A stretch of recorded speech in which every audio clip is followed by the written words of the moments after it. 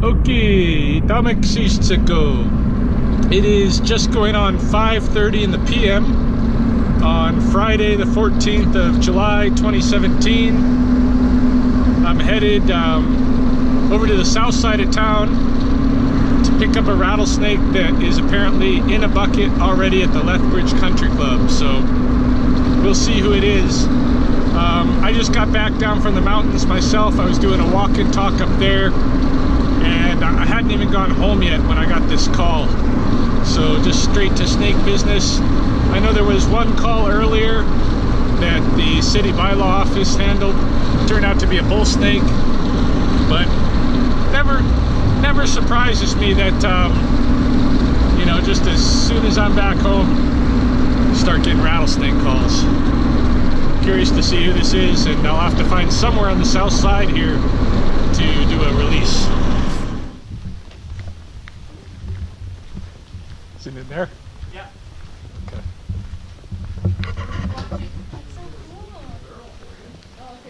A rattlesnake. What, a rattle? Oh yeah. Yeah, I can hear him. It's a little male guy. It's a male? Yeah. How can you tell? By his color. Oh, what color are females? A little darker than this, kind of darker and greener.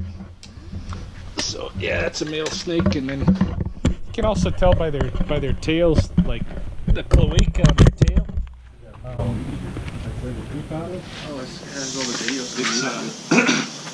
Their tail kind of shortens up after that, and so let's see. Are you kidding? I know. Yeah, see, like He's pulling it out. the snake's cloaca's way back here, and he's got a kind of a long tail afterward. So that's where they got two penises. So keep them both tucked up in there. Nice. Fun fact of the day. Well, he's safe for You me. said he has two penises? Yeah, they got two penises. Really? Yeah. They hide them. Yeah. And you know, I like to joke. That's why they got that forked tongue too. Yeah. I used to go hunting rattlesnakes in Texas. Oh yeah. Yeah. Yeah, but you have a 45. Probably a little bit Oh, older yeah. than that in Texas. Yeah. I only got one. This is a mature snake, but he's still kind of a young mature. Does he shed skin? Is that?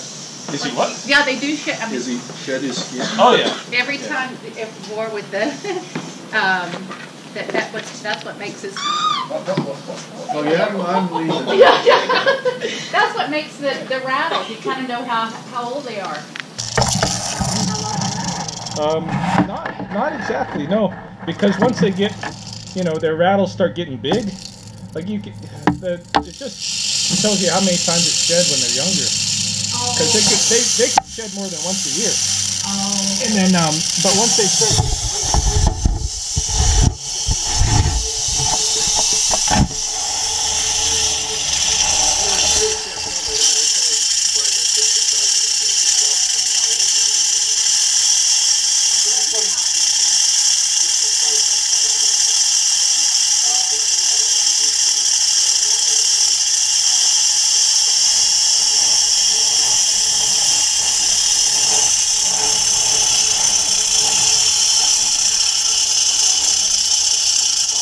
Okay, I'm here on the outskirts of one of our cemeteries, our bigger cemetery on the south side of Lethbridge. I've got this male snake. He's about, you know, I'd say 4 or 5 years old, mature enough, and I'm going to release him here, out into the coulee here. I think this is about halfway between where the country club is and where Scenic Heights is. So this is about the best bet, I think, of keeping him near to his home den, without releasing him right where he's going to potentially run into other people.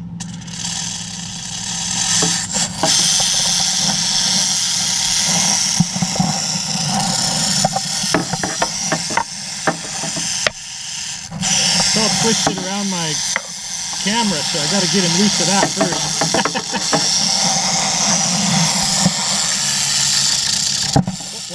Come on, buddy.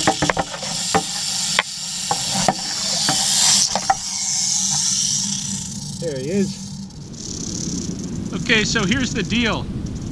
Just about every day on the YouTube channel, I get comments from people from wherever, a lot of them from the southern states, but I get them from all over the place. And a lot of people are wondering, why don't I kill these snakes?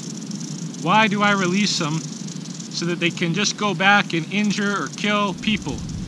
And the reality is, statistically, living with these snakes is very, very safe. I don't believe there's any recorded human deaths on record from prairie rattlesnakes. Not that it's impossible. They happen to get you right in an artery with a strike, but it's very unlikely. It's never happened. It's never happened. I get comments every day from people saying, well, if that was me, I'd pull out my 12 gauge and, you know, that's what 12 gauges are for. Yeah. Hee-haw. That's not what I'm about, though. Okay? The reality is, why I don't kill these snakes is because, first of all, it defies like basic grade school ecology lessons about how we're supposed to have species diversity. Okay? Second of all, I'm a snake guy. I've been around snakes since I was 8 years old. I got a fondness for snakes, and a big part of why I do what I do with these snakes is because I'm not protecting the people so much as I'm protecting the snakes. I know what happens if there's not a service like this out here. And what happens is people revert back to that mainstream cultural norm of taking a shovel and chopping the snake's head off, right? So when I'm out here picking up a snake from somebody's backyard or whatever, I'm not out here doing that because I'm protecting the people from the snake. That's a fringe benefit. What I'm trying to do is protect the snake from the monkeys, 50% of whom probably still have that same kind of cultural mentality of just pull out the 12 gauge, go get the shovel, you know? I'm protecting the snake because I know when there's not a service there to take the snakes away, then the monkeys start throwing rocks, the monkeys start hitting with sticks, the monkeys start shooting at stuff. And that's what I'm trying to avoid. I'm trying to keep these snakes around because I like having these snakes in my environment. So, you know, whatever your opinion is on them, here's the deal. I'm not going to host those opinions on my YouTube channel.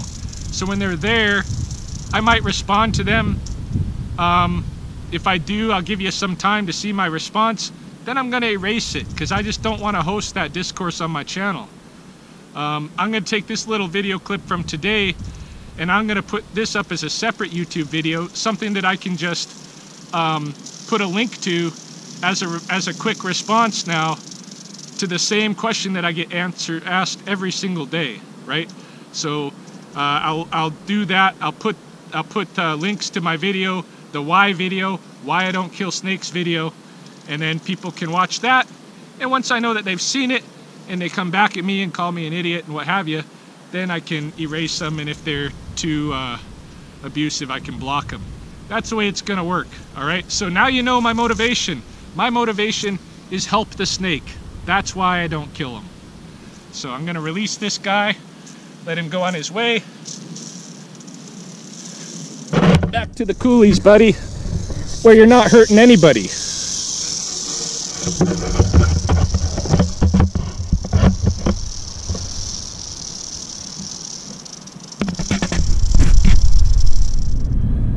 Okay, so just as I was doing my release up at the cemetery and making that little video clip, I received another call. This one was for a snake at Canyon Boulevard. It was just a passerby and his wife and child who saw the snake. They watched it go into somebody's brush in some of their ornamental plants in their front yard.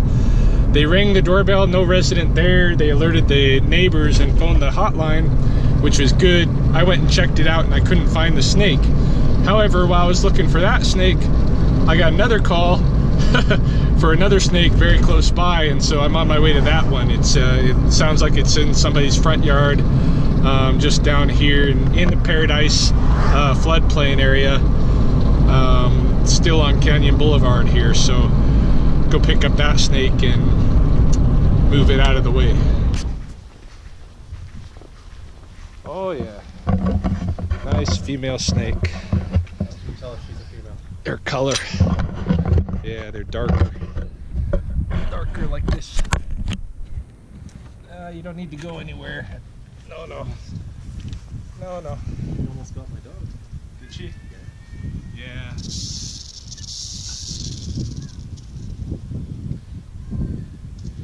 Yeah, they're not interested in biting anything, but it's also right on there, you know, it's gonna get that. You let him know that he's there. He backed off a little bit. Oh, that's good. Yeah, some dogs kind of got like I've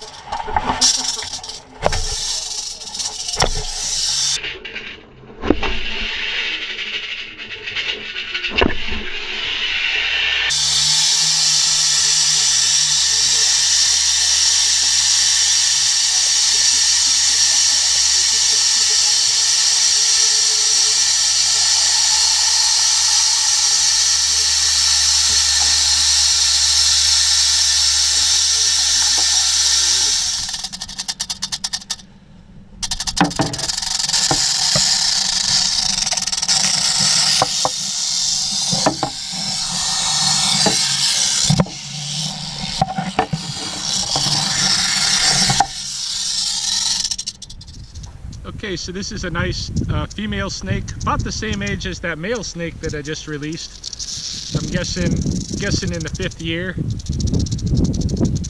maybe 4th or 5th year. You can see this one's so much darker colored. That's the typical look of the female as compared to the male. So yeah, I'm gonna release her out here, but I thought I would do my whole why I release rattlesnake spiel, take 2, and I'll use the best one.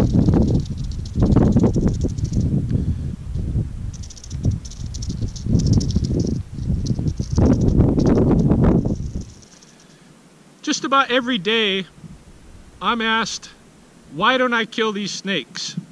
Why would I release a snake back into the wild where chances are it's going to run into somebody, bite somebody, kill somebody? And I don't even know, how to respond to this. Most times I don't, but when I do, I respond in frustrated ways. And so I thought I would make a quick little video to give everybody the scoop. Why don't I kill this snake? Why am I releasing it instead of killing it? And the very simple answer is that the service that I'm providing is as much a service for the snakes as it is for the people. I'm trying to protect these snakes because I know that the mainstream culture here has a tradition of persecuting these snakes. It goes back in their tradition of ways, and they persecute a lot of animals. They persecute crows, they persecute magpies, they persecute wolves, persecute snakes, lots of different animals. And I'm not down with that. My interest is in protecting these snakes. I know that if there wasn't a service here in the city where I live, then when this snake goes into somebody's backyard, they're gonna get, an upset monkey throwing rocks at them, hitting them with sticks, chopping their heads off with a shovel, because that's what the mainstream culture has taught people to do. And it's ridiculous. It defies, for one thing, very basic tenets about biodiversity that you learn nowadays in grade school ecology. But more than that, it perpetuates just flat out lies about these snakes. These snakes have no interest in biting anybody. You have to provoke the bite. So, you may think these snakes are dangerous. The real danger out there, in my estimation, is the people. The human beings. They're a danger to themselves because of their failure to be aware, right, of the snake. And then when they get hurt, because they put the snake's life in danger, that's the only reason the snake ever bites anybody, is because it's being stepped on or grabbed and its life is in danger and it has no choice. It has to bite. That's its only protection at that point. So, the simple reason why I don't kill the snakes is because I appreciate biodiversity. I love having these snakes in my environment. I think my environment would be less without them. And I'm aware of the actual level of threat that these snakes represent, which is minimal. I'm aware that peanut butter hospitalizes more people than these snakes. So why isn't anybody walking into the grocery store with their 12 gauge? I just blow it away with my 12 gauge. You know, if I found that snake, that's what my 22 is for. Whatever. Why don't you go in the grocery store and shoot up the peanut butter? You'd be doing a better community service by getting rid of the peanut butter than by getting rid of these snakes. People's perception of this as a danger is ridiculous. It's the same reason I can get away with wearing sandals or no shoes. A lot of people have comments to make about that. The reason I can do that is because if you know strike distance, then you're completely safe. And if you know that these snakes are only going to bite if their life is in danger, if they feel that their life is in danger, then you can avoid being bit. This snake will never come after me. It's never going to close this gap and try to hurt me. That's not in its interest at all. All it wants to do is be left alone. Alright? So that's what I do. I take the snakes away from the humans so that the snakes don't get hurt. The humans don't get hurt. And I bring the snakes out to the natural areas, and I let them go back out here where they've been living for years without biting anybody. Alright? We get the occasional bite in Lethbridge for sure. Somebody will have to go to the hospital because they got a swelling on their leg or on their hand because they weren't being aware. They pay a little price for that, but it's not a lasting price. In a week to 2 weeks, it goes away. Right? The swelling goes down. There's no deformities. There's no deaths. Even dogs get bit, don't die. We've had one known rattlesnake death of a dog in Lethbridge in like the last 10 years. And the vet thinks it's just because it got envenomated right in the artery. That's always a possibility, but it's pretty rare. Okay? So, for those of you who are living by the gun and killing things that aren't dangerous, you really need to look into the statistics of the dangers that actually exist in your neighborhood for your children, for the people who live in your neighborhood. Go after some of those things. Don't go after this. This is a legless, almost entirely defenseless being. You know, as far as its relationship to humans are, it is completely defenseless. I could kill this snake right now, easy. Because I have the capacity. It doesn't have the capacity to defend against me. Not for what I could do as the human being that I am. So yeah, I gotta look out for the snakes. So humans aren't quite there yet, but I think we're getting there, okay? I think there's more and more people who are interested in supporting biodiversity, who understand that you just don't go killing things just because they might harm you. Yeah, you know, a bee sting can kill somebody too. But we're not out there killing all the bees because we need them. And I'm not out here killing the snakes because we need them. Alright? So I'm going to let this guy go before we get interfered with by the air show.